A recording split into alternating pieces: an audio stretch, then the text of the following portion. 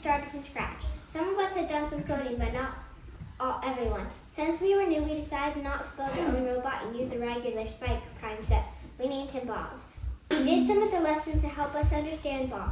We figured out moving forward and backward and discovered that moving the bulldozer up and down was simple. We identified what we could do by pushing on things from the front or pushing down on things with the dozer blade. We also played with the models to see which one seemed easiest and closest to home base. We included everyone's ideas and tried them all, but even when we tried everything, sometimes we could not make Bob understand what we wanted. When we got frustrated, we took turns making each other laugh. Next, we figured out the mission strategy. The first problem we identified was how to get the expert in art over to the museum. We tried going straight in at angles, but those didn't work. We tried figuring out the turns, but that made Bob crash a lot. Since we couldn't figure it out, we did some research. Mr. Robot Videos taught us how to turn it by controlling the wheels with the turn degree sign. We had to try the turn about 50 times, but we finally got it. We all cheered. That was a problem that we worked on until we solved it. A different problem happened during our skirmish.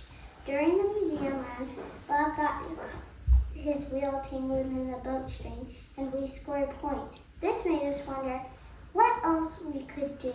After the skirmish, we looked at all the missions again and saw if we started on the blue side, we could push the boat in the hogger before mine the graph reader. We also decided that moving the trigger was going to be easy and we could do that too. We planned to use the boat reserve to pick up Izzy and Emily when we pushed the boat and drove to the red side. We explored ideas and decided that the bulldozer could work for the same change and dragon if we could get the angle right. We also wanted to deliver Izzy, Emily, and a bunch of audience members. We created some simple open boxes to keep the audience on track. We made a program for each model so that we could keep adjusting them if we needed to. Our team wrote them in a notebook, but we didn't name them. We discovered this was a very important step. We identified 2 or more missions to add, the balloon camera and the sound mixer. And we knew we needed attachments to Bob for these. We got creative. We built a long pole from an axle piece to push the camera. A couple of our team members tried different ideas and ended up with a short, skinny piece to push the camera. It worked well, but we had to aim just right to get the inside of the track. They also built an attachment so we could lift the sound mixer pieces. It was a rectangular piece that ran from Bob's tailmotor.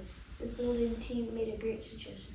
One problem we had is we missed our targets a lot. At first, we fixed it by changing our program, but then it wouldn't work for the next person running Bob. We figured out it was because we didn't start from the same spot. Mr. Cliff, our software expert, said we needed to leave more notes about starting points. That helped us a lot at work. We also learned that small changes were better than big changes. For example, we would accidentally push on Izzy when we pushed the craft trader, and since we wanted to pick her up, we needed her in place. We had to do this over and over and make notes about each run until we found the right starting spot. Mr. Cliff said this is a great way to iterate. He liked our notes and showed that our attempts so we could see patterns. He also liked how the blue team and red team worked together to help point things up across the board. We tried all the missions we had, but could not do it all in 2.5 minutes. Made everyone nervous and frustrated. We decided to give up some of the missions because of the timing challenge. All agreed it and made it a lot less stressful. Our expert, Mr. Cliff, said that to save more time, we should stack programs together and not have to push the button so much. He also taught us a command that gave us time to set Bob between runs.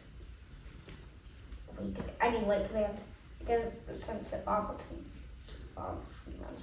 Mr. Cliff said it was better to do a few things well than a lot of things halfway. Our goal was to improve our points in the scrimmage. When we earned 140 points, now we can run about 300 points. I'm glad it was an extra group plan to build our own robot and use a lot more attachments.